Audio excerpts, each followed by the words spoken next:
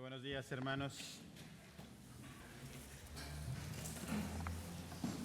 Qué bueno que estás aquí. Me da mucho gusto saludar a todos ustedes. Si podemos abrir nuestra Biblia en Éxodo, capítulo 13 y 14. Éxodo, capítulo 13 y 14. Está un poquito fuerte los hermanos ahí del audio. Gracias. Que no se oiga el... hoy veremos la salvación es de Jehová. Ahora, no sé cuántos de ustedes les sucede como a mí. Me sucede varias veces durante el mes, a veces durante la semana y a veces durante el día. Y es que se me olvidan ciertas cosas. Ahora, no sé quién de ustedes en su familia sea el olvidadizo, pero podemos llegar a olvidar fechas importantes. Podemos llegar a olvidar compromisos importantes.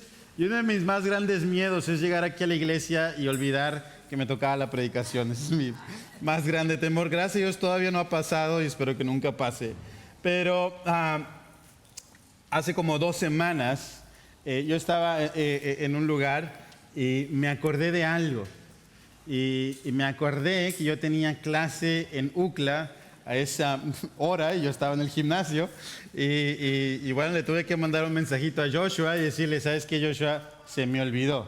Ahora, lo peor de todo es que no es la primera vez, ¿sí? A todos aquellos que han sido mis alumnos se acuerdan que me ha sucedido eso y recuerdo y digo, chispas, hoy tenía algo que hacer pero no recuerdo qué es. Y bueno, me pasó eso con el pobre Joshua. Me avergoncé mucho, le pedí disculpas y al siguiente día él muy flexible hizo la clase. Por cierto, ¿dónde está Joshua? Aquí está. Hermanos, no se les olvide, sigue soltero. Entonces, hermanos, pues tampoco se nos olvide, ¿verdad? Y hay más solteros, está Yayo y todos, la compañía, ¿verdad? Bueno, ahora, a veces nos pasa eso, ¿no? Cuando me olvido de las cosas, pero muchas veces también me olvido de Dios, ¿sí? Nos olvidamos de Dios y esto es lo que sucede.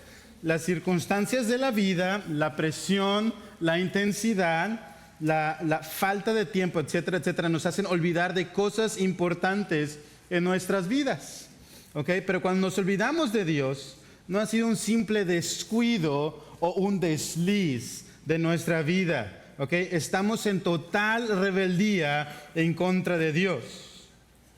Muchas veces minimizamos los pecados y nos olvidamos de Dios, y eso es considerarle menos importante. Y nuestra condición es que tenemos un corazón olvidadizo. Y el problema, ¿okay? Es que tú y yo tenemos una gran necesidad de depender de Dios.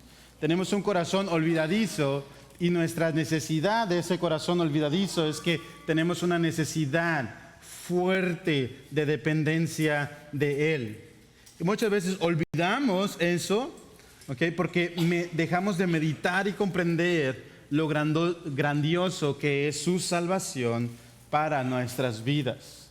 Y dejamos eso a un lado porque tú y yo hemos minimizado, ¿okay? Hemos minimizado nuestra necesidad y dependencia de Él. Olvidamos lo insignificante que somos como humanos, que somos pequeñitos, que somos hechos del mismo barro. Un corazón olvidadizo tiene las siguientes características. No simplemente que se te ha olvidado, sino es que has sido un ingrato. Es que un corazón olvidadizo tiene fuertes tendencias a la rebeldía. Un corazón olvidadizo de quién es Dios y lo que ha hecho por Él y su salvación. Cuando olvidamos pasar tiempo con Él, es que ese corazón traiciona sus mandamientos. Y un corazón olvidadizo es un corazón endurecido. Entonces ten cuidado con un corazón olvidadizo, porque no es simplemente se me pasó, como a mí se me pasó la clase con Joshua. Ha sido un desliz. Tengo problemas en mi cabeza que no retengo tanta información, por lo que sea. No. Esto ha sido por tu ingratitud, ha sido por tu rebeldía, ha sido por tu traición a los mandamientos y por un corazón endurecido.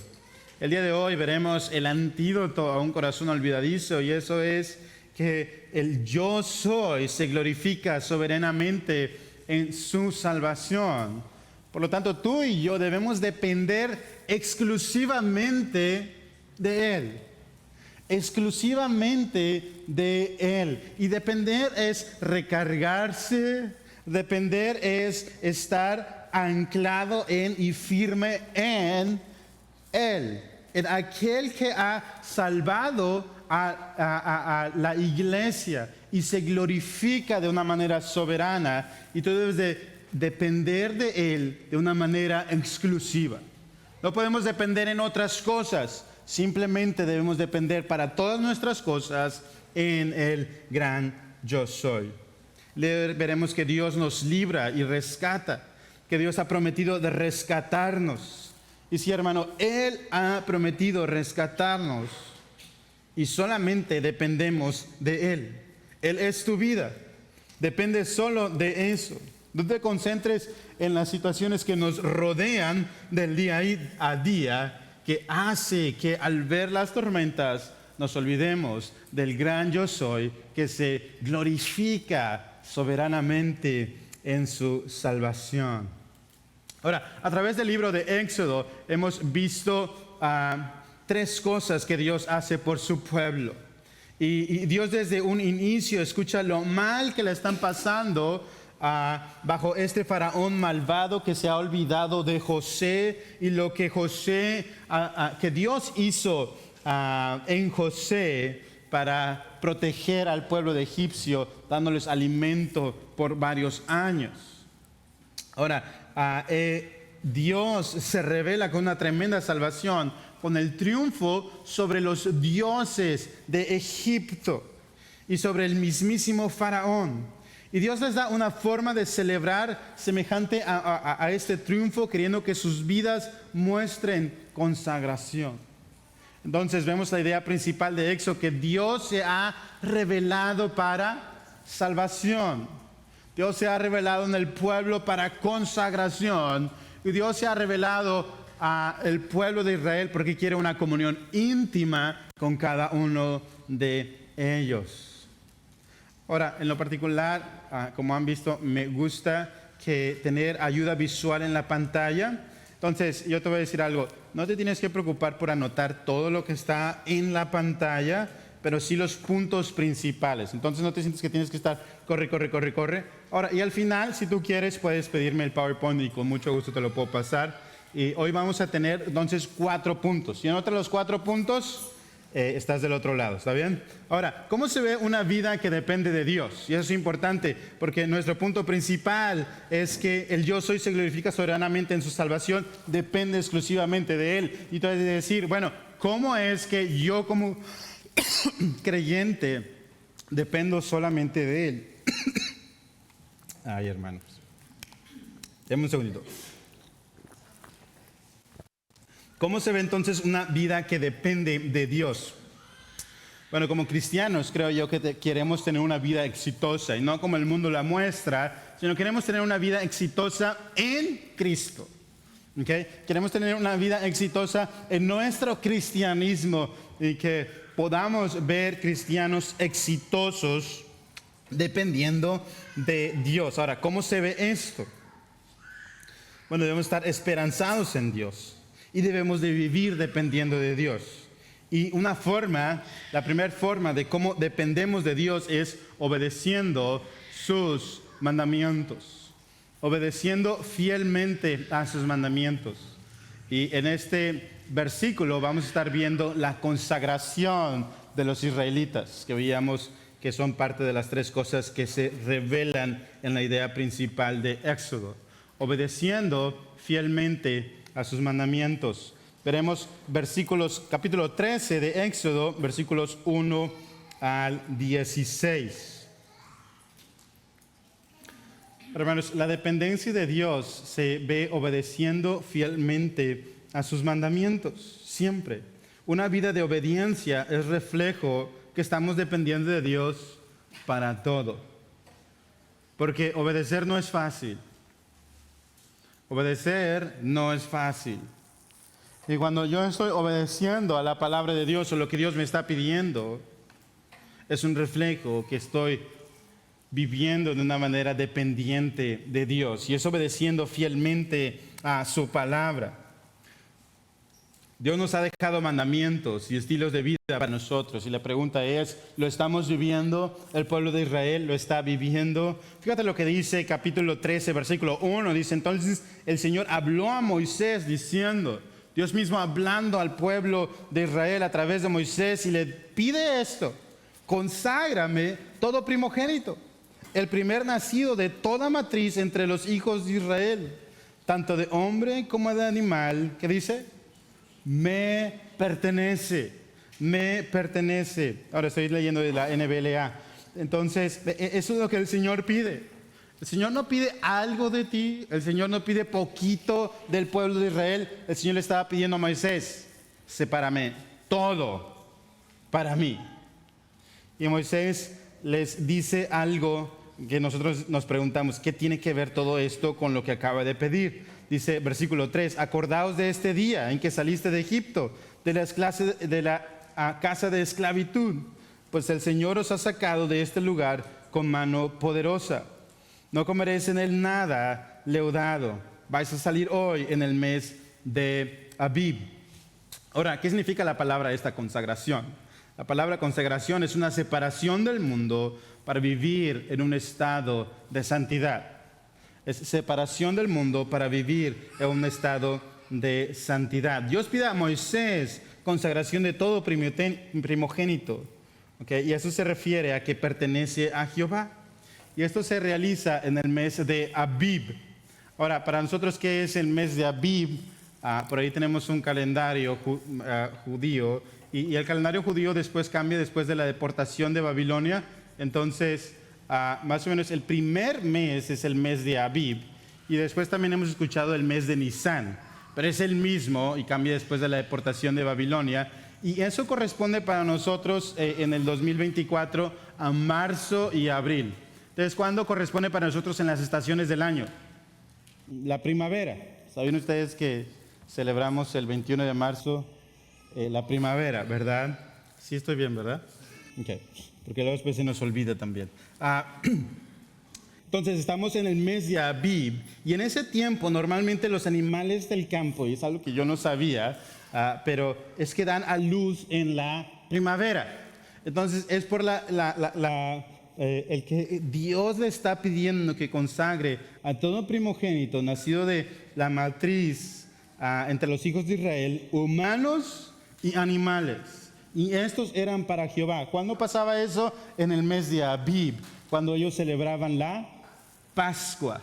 Entonces esa es la relación que tiene. Cuando estás celebrando la Pascua, tú tienes que estar consagrando a Dios, tienes que estar consagrando a Dios el primogénito de los animales y también el primogénito de los humanos. Y ahora, estamos repasando lo que la semana pasada veíamos con el pastor Mateo, en el cual ellos están celebrando una fiesta de que son rescatados, ¿de qué? De la esclavitud de Egipto.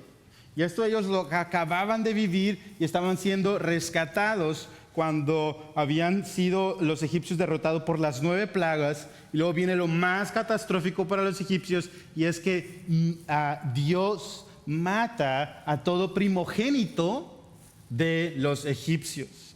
Y entonces Dios dice, ahora yo quiero la consagración de todos tus primogénitos. ¿Okay? Estos son 7 días en que no comes pan sin levadura, y en el 7º día es una fiesta para Jehová. Y Dios le está pidiendo una forma de pensar en el estilo de vida de los israelitas. La ley de Jehová debe estar en nuestra mente.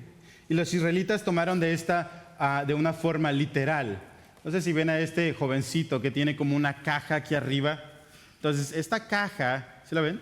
Entonces, esta cajita tiene, gracias, esa cajita tiene como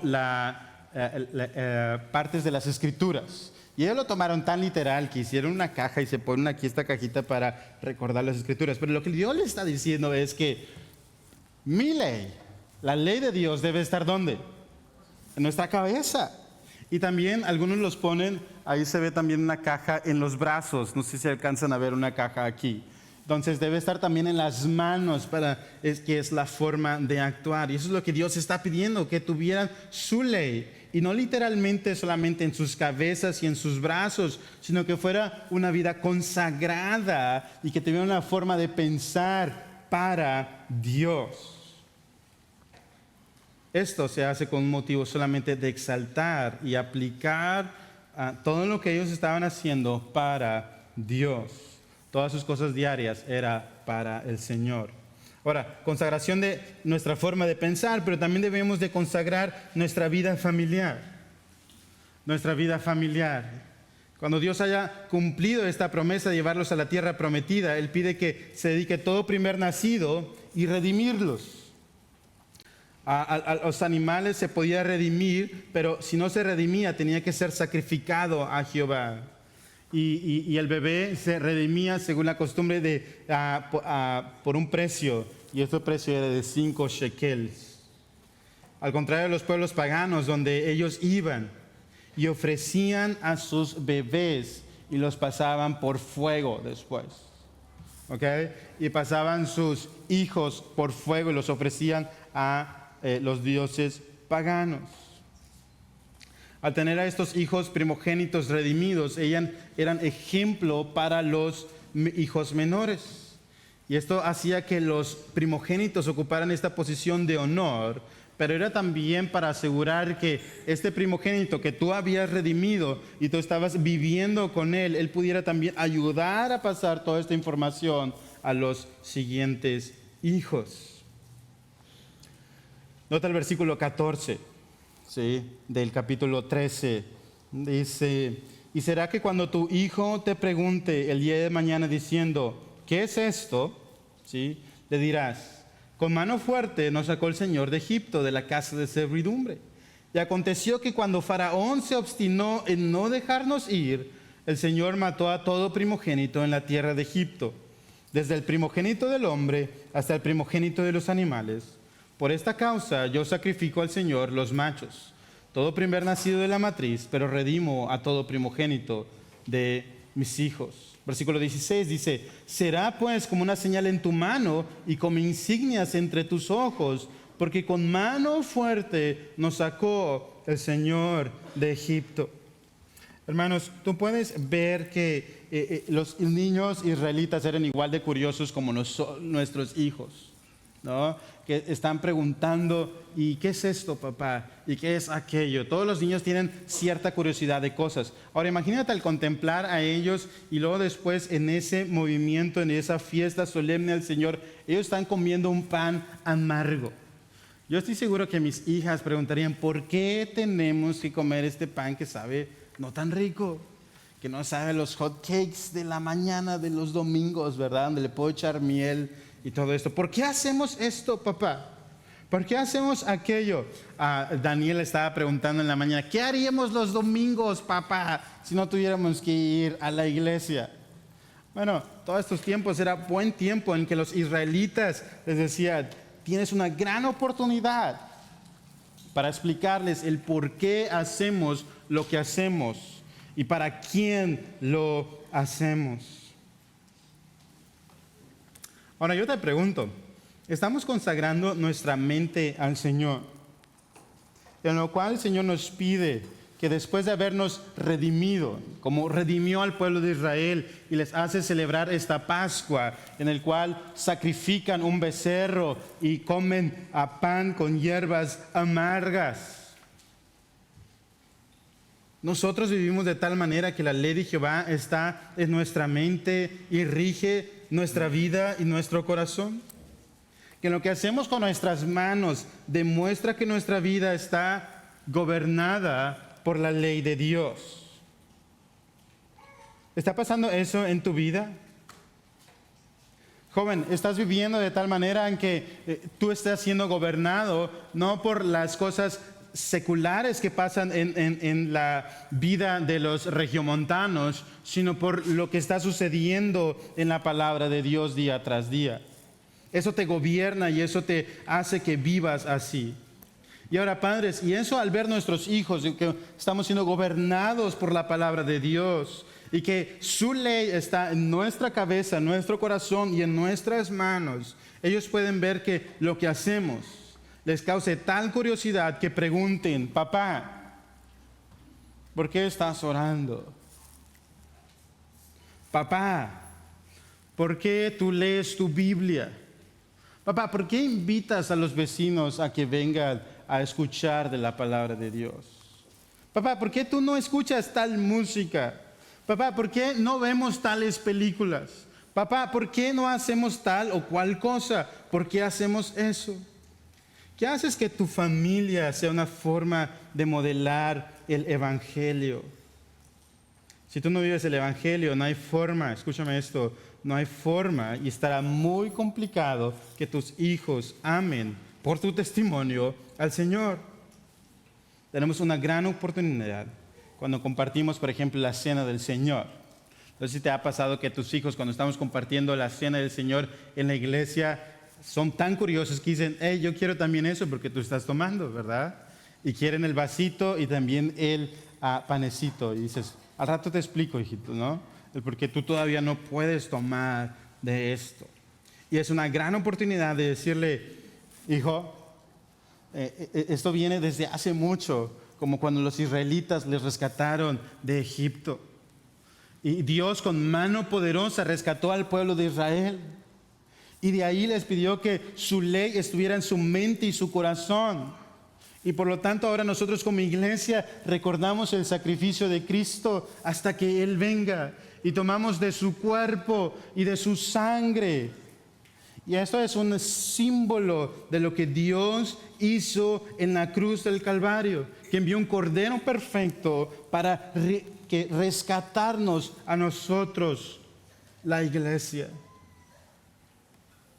Hermanos, tus hijos aman lo que tú amas. Si tú te preguntas por qué mi hijo salió así, pregúntate por qué tú estás así. ¿O qué está viendo de ti para que Él esté actuando como tú estás actuando? Porque mis hijos ven lo que yo amo. Es bien chistoso porque Benjamín quiere ser como su papá. Yo estoy seguro que sus hijos quieren ser como sus papás aquí también. Una de las cosas que yo disfruto mucho es hacer carne asada, ¿no? Y Benjamín todos los días sale al patio, ¿sí? Y está en el asador, no sé por cuánto tiempo, pero se ensucia todo de carbón y según él está haciendo una carne asada. Hermanos, lo que yo más quisiera es que él viera a su padre, ¿sí? Y que sus hijos vean a sus padres disfrutando esto, ¿sí? Disfrutando las Escrituras. Y que diga: ¿qué estás haciendo? Como mi papá, leyendo mi Biblia, ¿no? Ahora supuestamente también se pone dirigiendo los himnos y leyendo su Biblia ahí también. Pero mis hijos van a amar lo que yo amo, ¿sí? Ahora, ¿cómo se ve una vida que depende de Dios? Número 2, depende de Dios descansando en su presencia, incluso en la incertidumbre. Después de haber pasado por esta consagración de los primogénitos, de explicarles lo que estaba pasando en la Pascua y de darles el mandamiento de tener la mente de Dios en su cabeza y en sus acciones, Dios les dice, pasa lo siguiente. Versículo 17, que ya hemos leído, que Faraón deja ir al pueblo. Y Dios no los deja guiar al pueblo por un lugar que estaba complicado andar.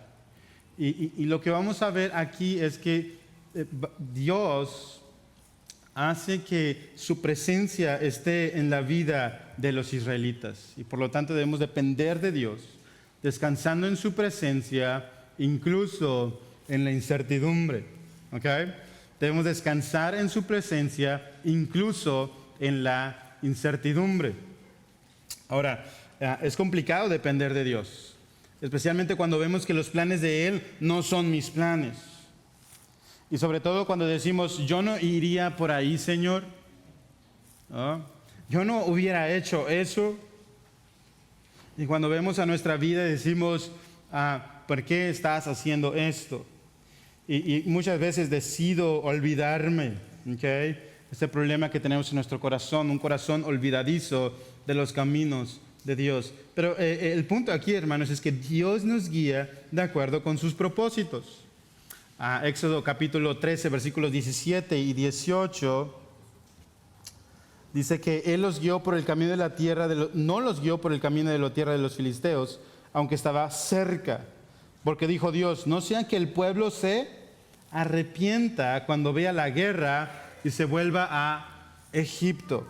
Claro, Dios conocía el pensamiento de los israelitas, los cuales para ellos iba a ser complicado el enfrentarse a los filisteos. Y Dios hace que recorran mucho más para que ellos no se desanimen.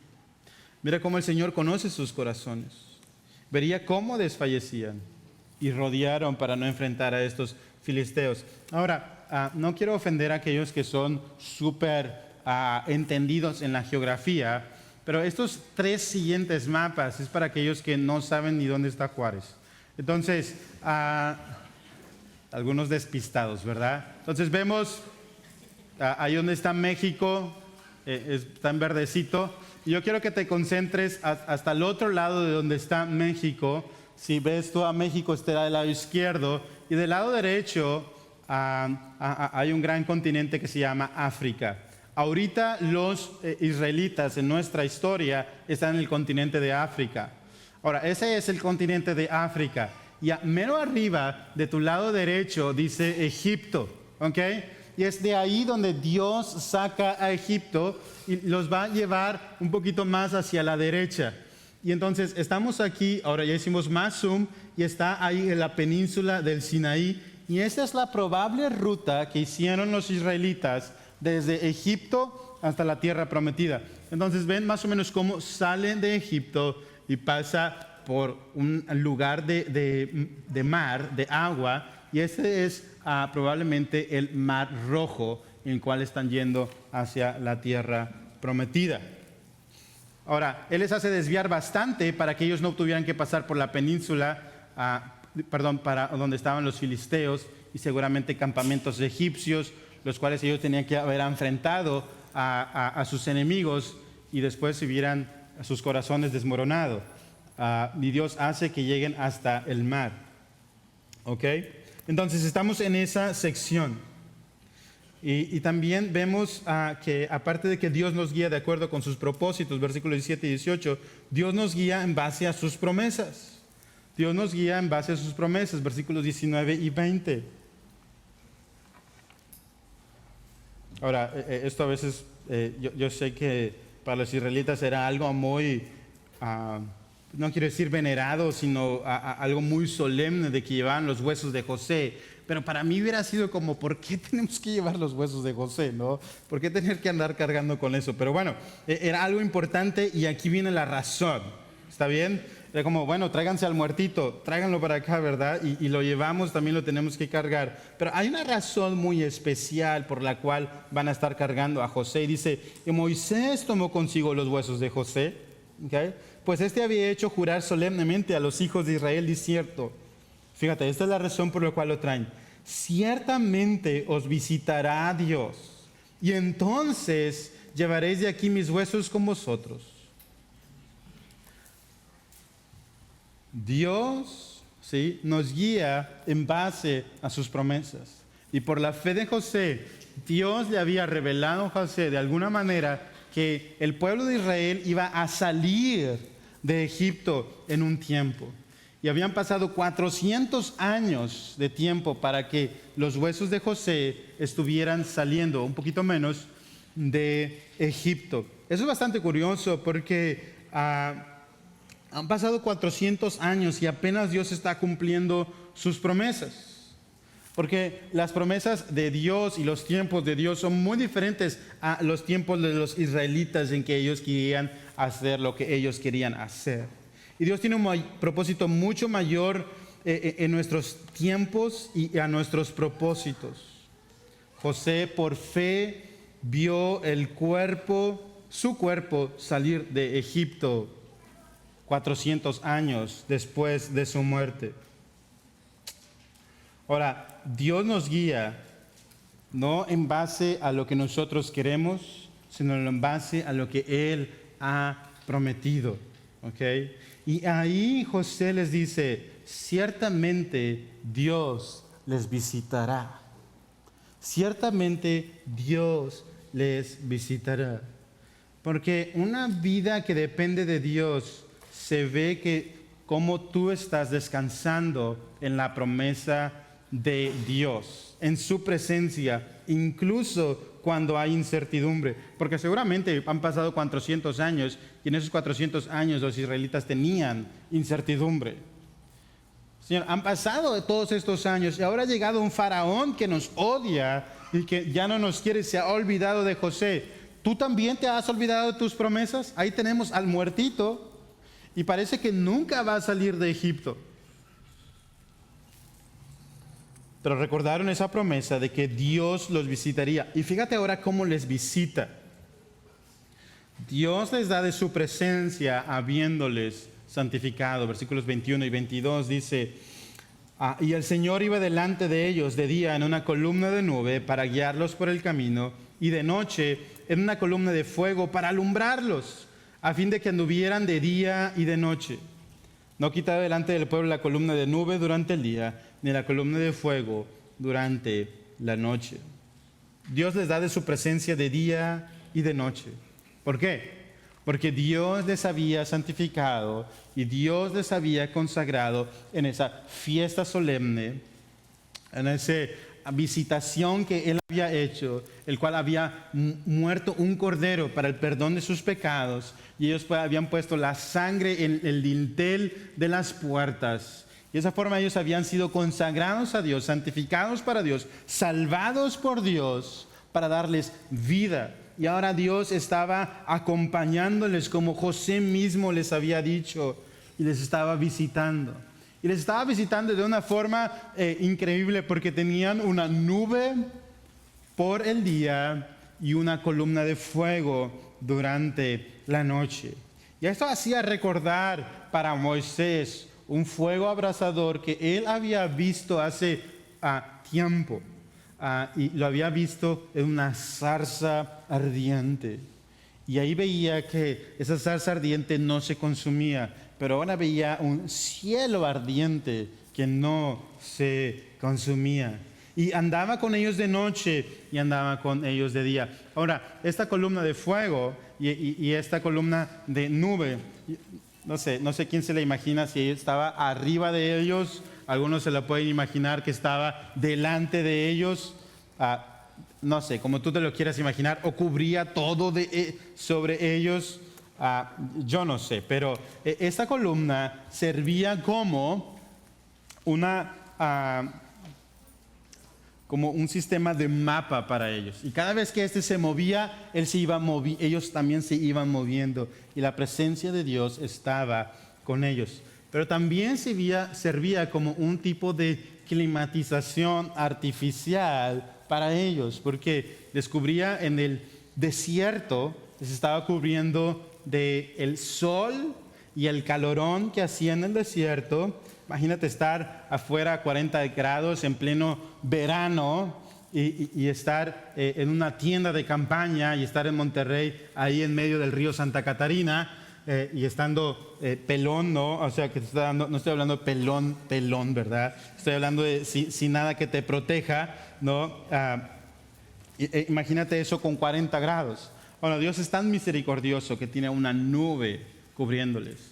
Pero también en la noche, en el frío del desierto, si tú sales aquí a las afueras de Monterrey, el frío se siente durante la noche. Y en el desierto muchos más. En algunos desiertos llega a bajar hasta 0 grados en la temperatura, y es una temperatura muy brusca, en el cual un cambio muy brusco de temperatura. Imagínate esa columna de fuego durante la noche para protegerlos y darles calor. Dios les da de su presencia día y noche, ¿sí? Y habiendo pasado por esa Pascua, Jehová dio de su presencia. Esa columna servía para guía. Esa columna servía para protección del clima.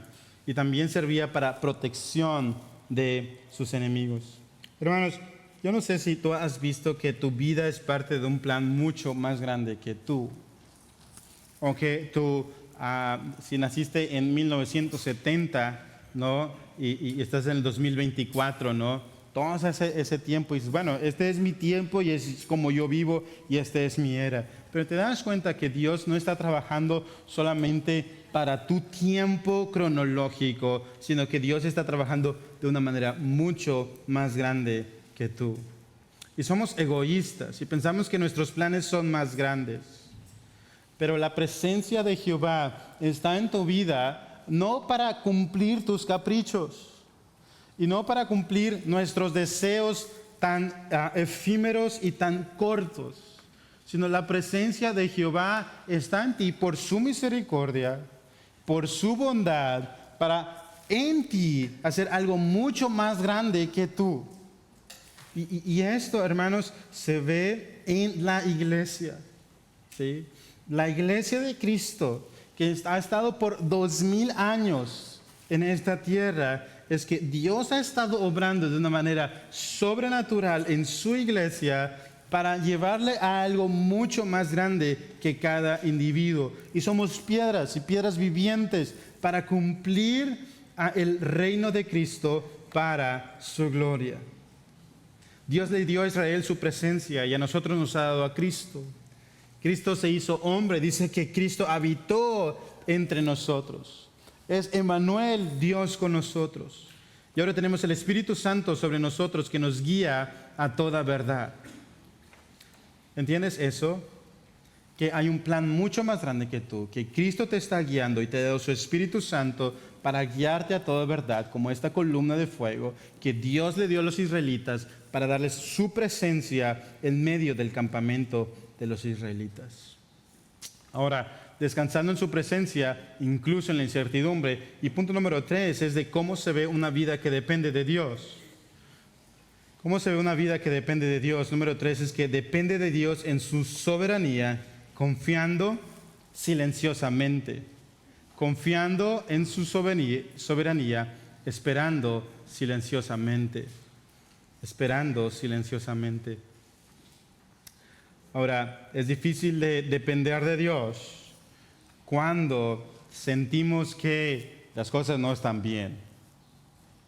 Es muy complicado. Yo no sé si te ha pasado, pero cuando hay enfermedad es todavía más complicado. Y a lo mejor para ti no, pero cuando hay enfermedad de otro, o las cuestiones están complicando para tus hijos, o con tus padres, o con un ser muy querido, es mucho más difícil depender de Dios en su soberanía, confiar en su soberanía, esperando silenciosamente. Ahora, nosotros podemos confiar como creyentes en su guía soberana para su gloria. Y estamos en el capítulo 14, uno de los capítulos favoritos de Éxodo. Yo quiero que te pongas a pensar que como israelita, ¿no? Tú estás viendo la polvadera de todo el mundo, ¿verdad? Porque son aproximadamente 2 millones de personas que vienen caminando por el desierto. Y vienen contentos y jubilosos porque han salido y ahora ven una nube grande, ¿ok? Y ven en la noche ven una columna de fuego. Y estás confiando y estás siguiendo y ves a Moisés allá adelante y vas caminando con él. Y ahora están acampando ellos delante de Pihairot y Migdol. Y el mar está ahí con ellos, ¿no? Y Dios le dice a Moisés, versículo 3 del capítulo 14, porque Faraón dirá de los hijos de Israel, andan vagando y sin rumbo por la tierra, el desierto los ha encerrado. Eso es lo que piensa el mundo de los hijos de Israel. Pero es todo lo contrario de lo que está pasando. Dios está guiando a su pueblo y los tiene ahí casi en el mar y dice Faraón, andan vagando. Pero Dios está en control de todas las cosas y el pueblo debe de confiar en su guía soberana porque esto es para su gloria. Versículo 4 nos habla de que Jehová endurece el corazón de los egipcios. Y esta frase una vez más aparece en el libro de Éxodo. Si no ha sido suficiente, el corazón de Faraón sigue endurecido. Y el propósito ha sido que Dios glorifique su nombre a través del Faraón. Y dice que Él los va a perseguir. ¿Y qué va a pasar? Versículo 4. Bueno, eso es lo interesante. Dice Dios: yo seré glorificado por medio de Faraón y de todo su ejército. Y eso es lo que Dios quiere para la vida de su pueblo y para que los egipcios vean esto. Y dice: y todo su ejército sabrán los egipcios que yo soy el Señor. Y así lo hicieron. Dios le da instrucciones muy precisas al pueblo de Israel. Y dice: acampa aquí. Y Faraón va a decir todas estas cosas. Y parece que Faraón tiene control. Y va a parecer que Faraón está volviéndolos a conquistar. Pero yo voy a tener control aún del corazón de Faraón. Y él los va a perseguir. Y parece que los va a acechar. Pero yo voy a hacer todo esto con un solo propósito: que mi nombre sea glorificado por estos egipcios una vez más. Dios ha sido glorificado por medio de los egipcios en las 10 plagas. Y ha sido glorificado cuando salieron esa polvadera de israelitas, 2 millones de personas fuera al desierto. Y Dios dice: aún no acabo. Mi nombre va a seguir siendo glorificado. Y quiero que les quede muy claro a los egipcios que yo soy el Señor y ellos no pueden hacer nada. Confiando en su guía soberana para su gloria. Ahora, versículos 5 al 9 nos hablan acerca de confiando ante la amenaza de la destrucción. Y aquí cambia el panorama, porque ahora no lo estamos viendo del punto de Dios, sino lo vamos a estar viendo del punto de los egipcios. Dice: cuando anunciaron al rey de Egipto que el pueblo había huido, fíjate el endurecimiento del corazón de Faraón. Dice: Faraón y sus siervos cambiaron ¿qué? De actitud hacia el pueblo y dijeron: Faraón, ¿qué hemos hecho? Nos hemos equivocado. Hemos permitido que los israelitas se fueran y ahora van a dejar de sernos nuestros esclavos. ¿Qué, estamos tontos o qué? Este pueblo insignificante los estamos dejando ir. Ahora recuerda esto, ahorita que está de moda las guerras en nuestro mundo, ¿no? Vemos las grandes potencias y vemos países insignificantes que están peleando con grandes potencias. Bueno, algo así estaba. Y este rey poderoso unció su carro y tomó consigo a su gente y tomó 600 carros escogidos. Ahora, ponte a pensar esto, que las potencias mundiales no agarran como que, bueno, ahí vamos a echarle alguna bomba medio que funciona y no funciona. No, iban a mandar lo mejor de lo mejor. Ellos tenían los mejores caballos, ellos tenían los mejores jinetes, ellos tenían las mejores armas de su tiempo. Eran el imperio más poderoso del mundo. A lo cual los israelitas eran unos simples esclavos que apenas traían, si acaso, algún hacha o algo que habían sacado de Egipto consigo, pero no tenían nada importante que fuera poderoso. Y dicen los egipcios: es lógico, nosotros les vamos a atrapar y los vamos a aplastar porque tenemos un gran ejército. Versículo 8 otra vez. Y el Señor, ¿qué pasó? Endureció el corazón de Faraón. Endureció el corazón de Faraón, rey de Egipto, y persiguió a los hijos de Israel. Pero los hijos de Israel, ¿qué dice? Habían salido con mano fuerte. Versículo 9 dice que los egipcios persiguieron con todos los caballos y carros de Faraón, con su ejército. ¿Y qué sucede? Los alcanzan. Los alcanzan acampados junto al mar, como Dios les había dicho que los iban a encontrar. Y parece que esto se ha acabado. La amenaza está latente. Pueden escuchar el tacatán, tacatán, tacatán, tacatán, tacatán, el caminar de los caballos, ¿verdad? No tenemos efectos especiales aquí, pero venían, ¿verdad? Levantando tal vez una gran polvadera. Y tú como egipcio que tú ves y tienes el mar delante de ti, estás rodeado y ahora ves un pueblo poderoso y guerrero. Tú sabes lo que ellos traen. Tú has visto cómo han sido poderosos y cómo tienen esto de poder aplastar a otras naciones porque lo has vivido por 400 años.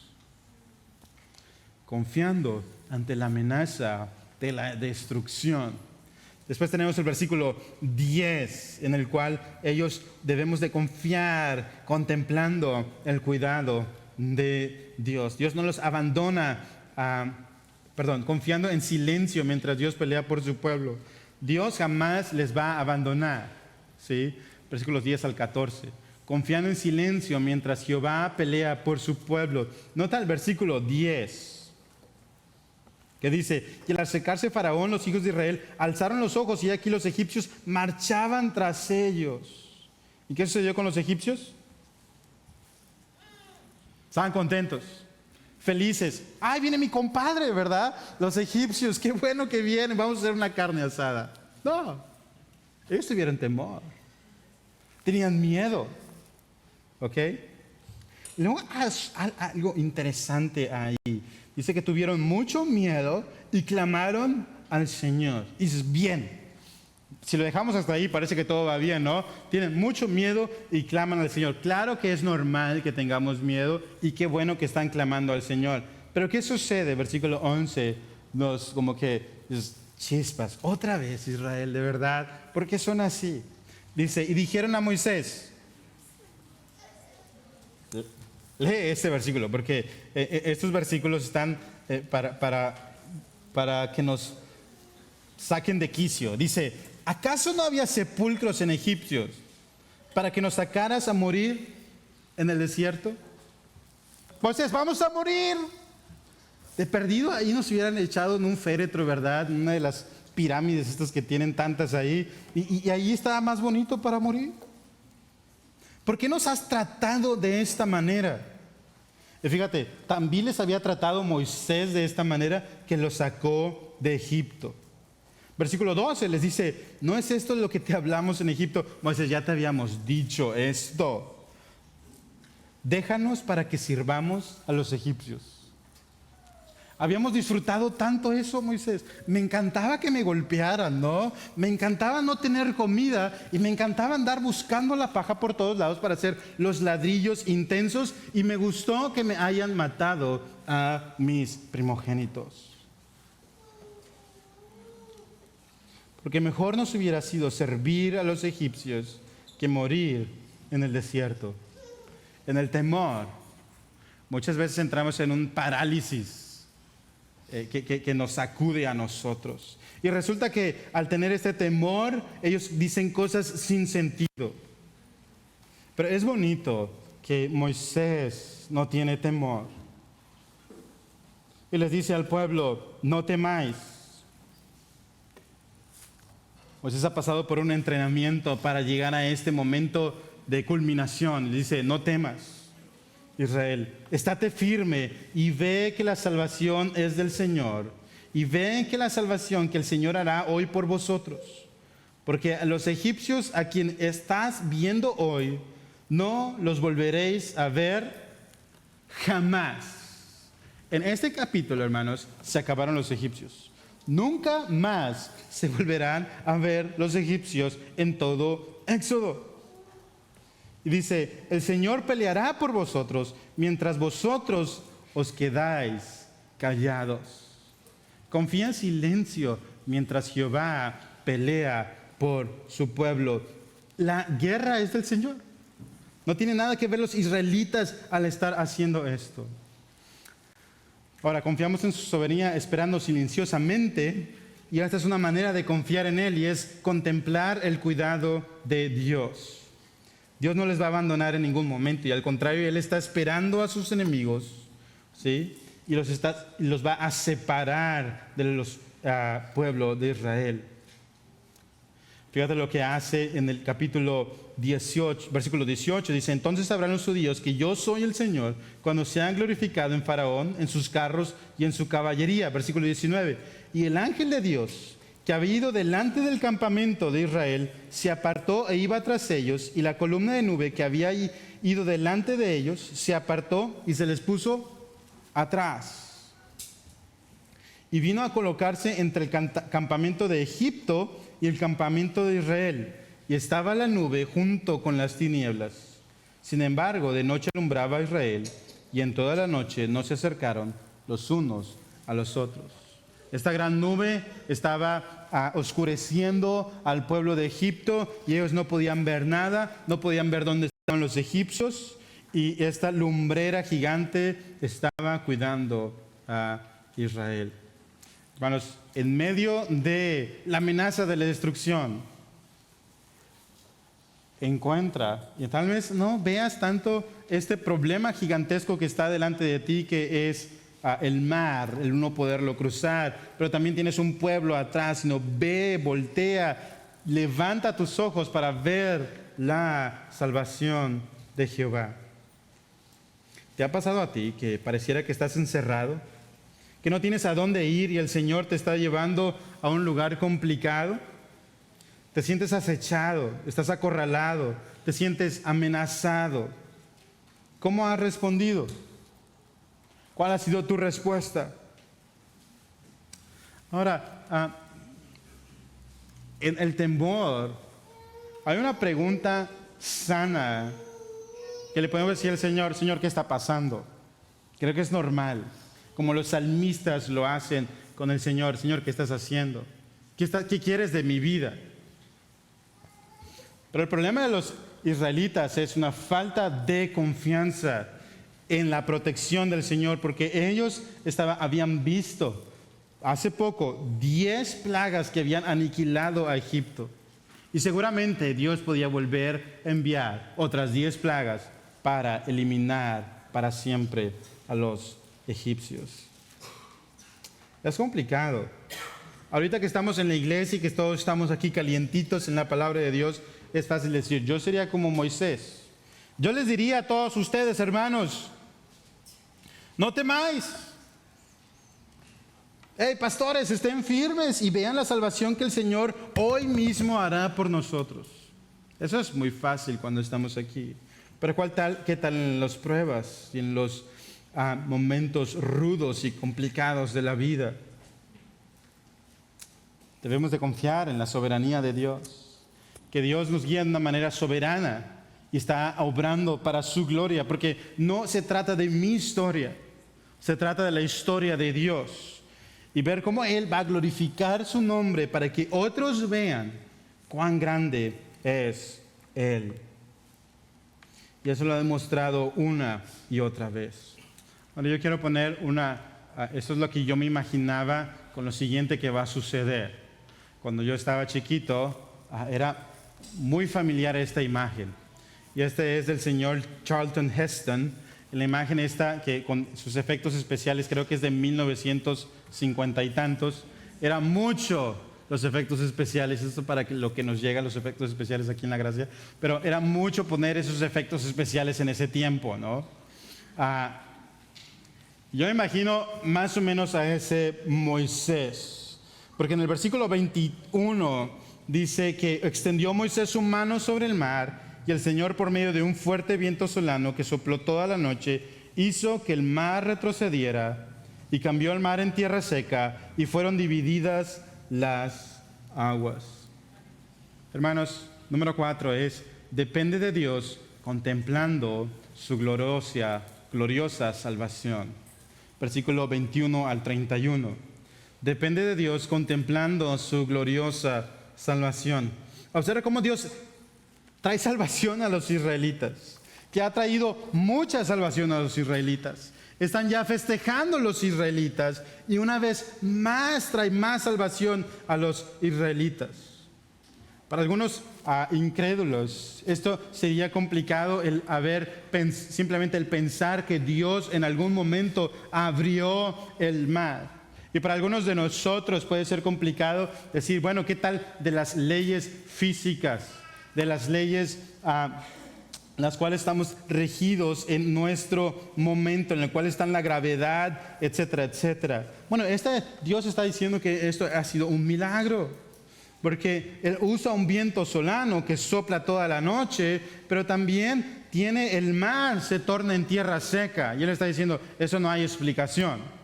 ¿Sí? No hay explicación para esto. Después de estar mojado por años y años, sucede que la tierra está seca. A veces cuando llueve aquí pasan 2, 3 días y la tierra sigue mojada. Pero este acontecimiento que estamos a punto de narrar, esto fue totalmente real en la obra de un Dios todopoderoso, porque si ha aplicado eso 10 veces, lo vuelve a aplicar manifestando su gloria. Ahora imagínate entonces este gran viento y toda tu cabellera despeinada y se andan volando las cosas y tú estás viendo delante de ti este mar impresionante que se abre y Moisés tiene sus brazos alzados, ¿verdad? Y parece que está orando, tú no puedes escucharlo por este gran viento, ¿verdad? Y dice Moisés, caminemos por aquí. Y empiezas a caminar y sientes esta tierra seca, ¿no? Y te empiezas a llenar. Yo no sé si había como esa arena del mar, ¿verdad? Pero odio esa. Pero te empiezas a llenar y dices, no importa, aunque me llene de esta tierra horrible, yo voy a seguir caminando porque atrás vienen los egipcios. Y esos me quieren comer. Entonces yo prefiero caminar, ¿verdad? Y ellos van caminando. Hermanos, la dependencia de Dios implica obediencia. La dependencia de Dios implica obediencia. Imagínate ese miedo, ¿no? Tú puedes ver, de un lado tiene una pared del mar y del otro lado tienen otra pared del mar y tú vas caminando y dices, ojalá que esta cosa no se caiga, ¿verdad? Vámonos, síguele caminando, porque en lo particular yo no sé nadar, ¿no? Entonces, ¿tú sabes nadar, Daniel? Más o menos sí me rescatabas ahí o ahí me dejabas, pero es que esa es la cosa. Sí, entonces iríamos ahí seguramente con los kilitos de más, pues nadie me iba a rescatar, ¿no? Y que no se cayera y tú sentías el viento y qué está pasando y simplemente caminamos porque todo el mundo va ahí caminando. Imagínate el miedo, pero Moisés les había recordado estar firmes, valientes y pasaron por en medio en seco. La dependencia de Dios implica obediencia, aun cuando no sabemos qué está sucediendo, aun cuando vemos este milagro espantoso, en lo cual los vientos y el mar aún lo obedecen, y Él hace y deshace lo que Él quiere. Resulta que el versículo 23 dice, entonces los egipcios reanudaron la persecución y entraron tras ellos en medio del mar todos los caballos de Faraón, sus carros y sus jinetes. Dios sembró confusión en el ejército de los egipcios, entorpeció sus ruedas e hizo que avanzaran con dificultad. Y cuando estaba sucediendo eso, ¿sabes qué dijeron los egipcios? ¿Se acuerdan que lo que Dios había dicho? Él quería que los egipcios dijeran y vieran que Él es Jehová. Dicen, huyamos ante Israel. ¿Por qué? Porque el Señor pelea por ellos contra los egipcios. El propósito de Dios estaba cumpliendo, ¿sí? El propósito de Dios estaba cumpliendo y los israelitas podían contemplar la gloriosa salvación de Dios. Después de esto, tú ya has pasado el mar, ¿no? Has visto tal vez algunos pescados por ahí flotando. Ves que vienen los egipcios y están confundidos, no sabes qué está pasando. Y ves a Moisés volteando hacia los egipcios otra vez con las manos alzadas. Y dice, extiende tu mano sobre el mar para que las aguas vuelvan sobre los egipcios, sobre sus carros y sus caballerías. Y eso hace Moisés y regresa el mar en su estado actual. ¿Qué hacen los egipcios? Ahora son ellos los que están huyendo. Ellos son los que se encontraban así y derribó el Señor a los egipcios en medio del mar. Y los israelitas nunca más volvieron a ver a el ejército del faraón. Y las aguas volvieron y cubrieron los carros y la caballería, a todo el ejército de faraón que había entrado tras ellos en el mar. Dice que no quedó ni uno de ellos. Es hermoso el versículo 29 porque dice que los israelitas pasaron por en medio del mar y las aguas les eran como un muro a su derecha y a su izquierda. Aquel día que hizo el Señor, versículo 30, salvó a Israel de mano de los egipcios. E Israel vio a los egipcios muertos a la orilla del mar. ¿Y sabes qué sucede en esto? Es que contempla al poder de Dios implica temor reverente. Al contemplar el poder de Dios implica en nosotros un temor reverente. Cuando Israel, versículo 31, vio el gran poder que el Señor había usado contra los egipcios, ¿qué dice? El pueblo temió al Señor y creyeron en el Señor y en Moisés, su siervo. De los egipcios no quedó nada. Cuando Israel vio el gran poder que el Señor había usado en contra de los egipcios, temieron. No de un modo que habían temido a los egipcios, en el cual tenían miedo y gran miedo, sino este era un temor reverente al Señor. Y también un temor de lo que Él podía hacer, porque aún los vientos y el mar le obedecen.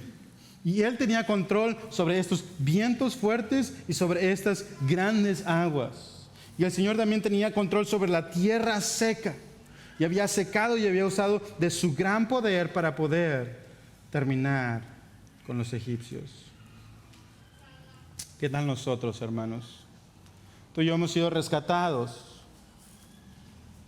de una vana manera de vivir. Tú y yo hemos sido rescatados de aquellos pecados en los cuales nos encontramos revueltos en el lodo. Y cuando viene la necesidad y el temor, y cuando vienen las angustias y la persecución y los grandes enfrentamientos que tenemos en nuestra vida, ¿cómo reaccionamos? Decimos, ojalá tuviera todas esas herramientas que antes tenía, en la cual podía usar la mentira para salir de mis angustias, en los cuales podía consultar con otras personas y podía tal vez ocultar con algún aquel barre el huevo o aquel que hace tales cosas para sanar y para quitar todas estas cosas, mis dolencias del día de hoy. Ojalá pudiera usar de mis astucias para poder sacarme de este problema. Y ahora estoy encerrado y no sé a dónde ir y el enemigo ya viene. Y si voy adelante me voy a ahogar y estoy para morir. ¿Qué hacemos? Una vez y otra vez el Señor nos ha salvado y hemos sido rescatados de nuestra vana manera de vivir por Cristo Jesús. Y Él ha hecho esta obra en la cruz del Calvario para que tú y yo pudiéramos tener vida y nos ha resucitado. Escucha esto, Él te ha resucitado y te ha puesto vida nueva en ti, la cual ha pasado a dar fruto. Y este fruto es algo que tú nunca habías visto. Y el poder de la resurrección ahora está en ti. Y los problemas, y no quiero minimizar ningún problema que ahorita está, pero si puedes voltear atrás, tú has sido rescatado del más grande problema que te habías encontrado en tu vida. Y esto era separado de la gloria de Dios. Y ahora Él te ha revelado su gloria. Él ha estado contigo en las buenas y en las malas. Y tal vez vienes arrastrado, ¿no? Y con Él cargando. Y vienes arrastrado y ha sido complicado, pero Él está allí. Y ha estado ahí en su presencia. Te ha cuidado y te ha dado cobijo. Y ha estado contigo en las buenas y en las malas. Y seguirá así. No se ha acabado. No sé en qué parte estás tú. Tal vez sigues en el desierto, tal vez sigues enfrente del Mar Rojo, o ahorita estás viendo la gran liberación de parte de Dios, donde se abre el mar y está siendo despeinado por la misma presencia del Señor. Hermanos, Dios está ahí y nunca se va a acabar, porque Jesús dijo, yo estoy contigo hasta el fin del mundo y no se acaba. Y la encomendación que te he dado con tu vida no es para ahorita, sino es para cumplir su plan magnífico para toda su iglesia. Somos solamente una parte chiquita del glorioso salvación que Él nos ha dado. Por lo tanto, hermanos, contemplemos el poder de Dios, temiéndole a Él de una forma reverente. Yo te pregunto, ¿se puede ver tu dependencia de Dios en tu obediencia? ¿Se puede ver tu dependencia de Dios mientras descansas en su presencia? ¿Se puede ver tu dependencia de Dios en que esperas en Él? ¿Se puede ver tu dependencia en que contemplas su salvación? El yo soy se glorifica soberanamente en su salvación. Hermanos, dependamos exclusivamente de Él. No de nuestras fuerzas, no de nuestra astucia, no de nuestras herramientas pasadas cuando estábamos antes sin Cristo, sino que se vea en nuestra obediencia, en nuestro descanso, que se vea nuestra dependencia mientras esperamos y tal vez ahorita te toca contemplar la salvación del Señor. ¿Oramos? Dios, gracias por tu obra redentora en la cruz. Gracias porque tú fuiste ese precioso Cordero, Cristo Jesús. Gracias porque nos has dado de tu Espíritu, derramado en nuestros corazones. Y ahora podemos decir que hemos sido consolados en nuestros corazones para vivir de una manera santa en nuestras tribulaciones, en nuestras angustias, como habla Romanos 5. Te rogamos, Señor, nosotros, habiendo sido justificados por la fe en Cristo Jesús, que podamos descansar, podamos depender exclusivamente de ti y de tu poder. Gracias por este tiempo de tu palabra. Ayúdanos, te necesitamos para tu gloria. Te necesitamos para contemplar quién eres tú y para caer rendidos en temor reverente a tus pies. Por Cristo oramos. Amén. Hermanos, meditemos mientras escuchamos el canto de Contempla a Dios, que podamos contemplar aquel gran yo soy que se glorifica soberanamente en su salvación.